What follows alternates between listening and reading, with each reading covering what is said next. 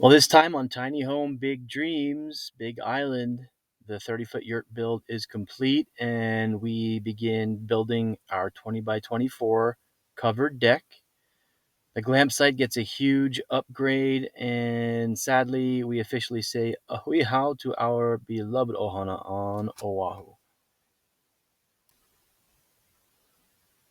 So the first major obstacle we had to overcome with our deck build was finding flat, level ground to build on. Unfortunately, we used all the level ground for the yurt build, so we had a few options.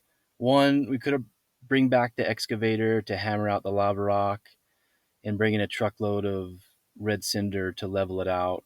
We could have poured a slab of cement, or lastly, we could hand pour individual cement footings for each single strap pier block. Option three sounded like the hardest and craziest idea, so logically, we just went that route. Now we had two ways to go. The proper way, which would have been to place 14 pier blocks at 4 foot on center or 8 feet on center and make simple square forms out of scrap 2x4s, chisel out 14 squares, rent a cement mixer, pour the footings. But that would have been way too easy for us, and that sounded boring. So we decided to do 28 pier blocks, 4 foot on center, drill and chisel out 28 individual square blocks out of lava rock, and then hand mix and pour each footing using good old fashioned wheelbarrow.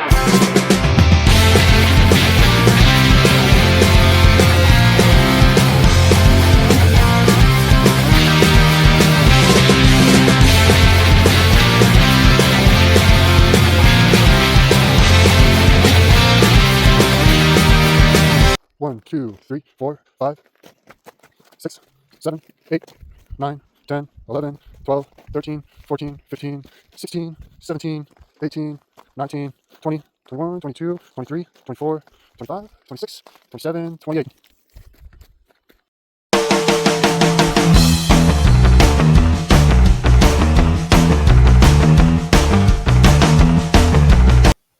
Well, we eventually got the foundation set, and once it was all laid out and square, we used the laser to measure and cut all our posts. Once we had it all square, plumb, and level, the rest of the build went pretty smoothly. Unfortunately, Tanner had to tap out and head off on his honeymoon. Brian, one of the most seasoned freelance carpenters around, came through in a pinch to help me finish the deck. Now, some folks might put up scaffolding to build off of, but when you have a master carpenter like Brian and a pile of scrap wood, you just whip one together real quick. I think he put this up in less than an hour.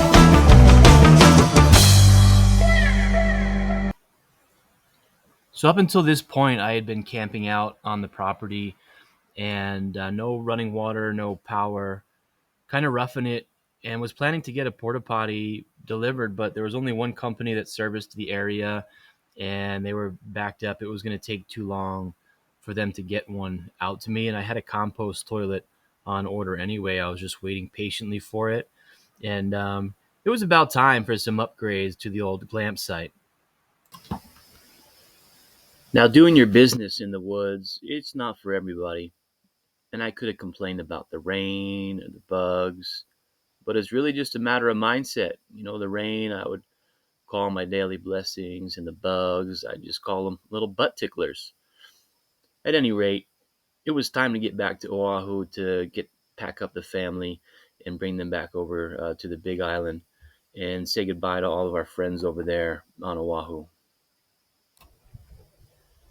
It was bittersweet saying goodbye to everybody, but it was great to get everybody together one last time before we sent off. And everyone's support and good wishes and good vibes really carried us through to the end. It's always that last 10% of a project that seems to be the hardest. And just knowing everybody back on Oahu was cheering for us and rooting for us, it really helped us get to the finish line.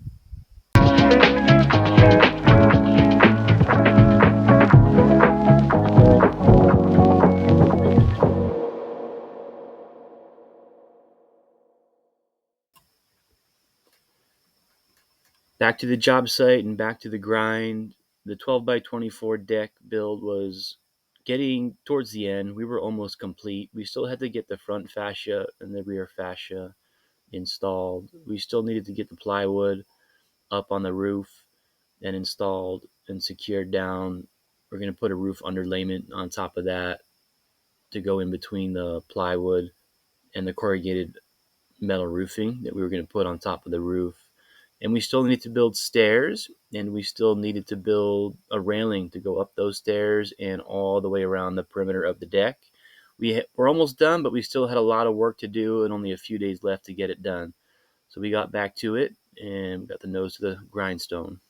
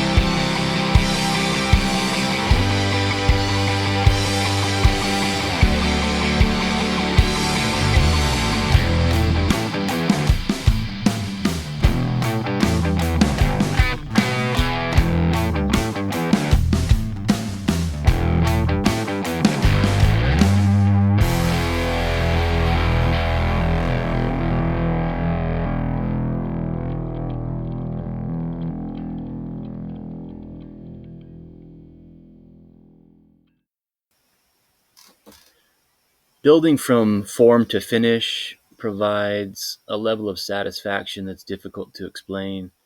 I love building and I really don't enjoy painting, but the psychology of being at the end of the project and just putting paint on, as tedious and boring as painting is, it feels so good to be at that last stage, just buttoning everything up and slapping on some paint.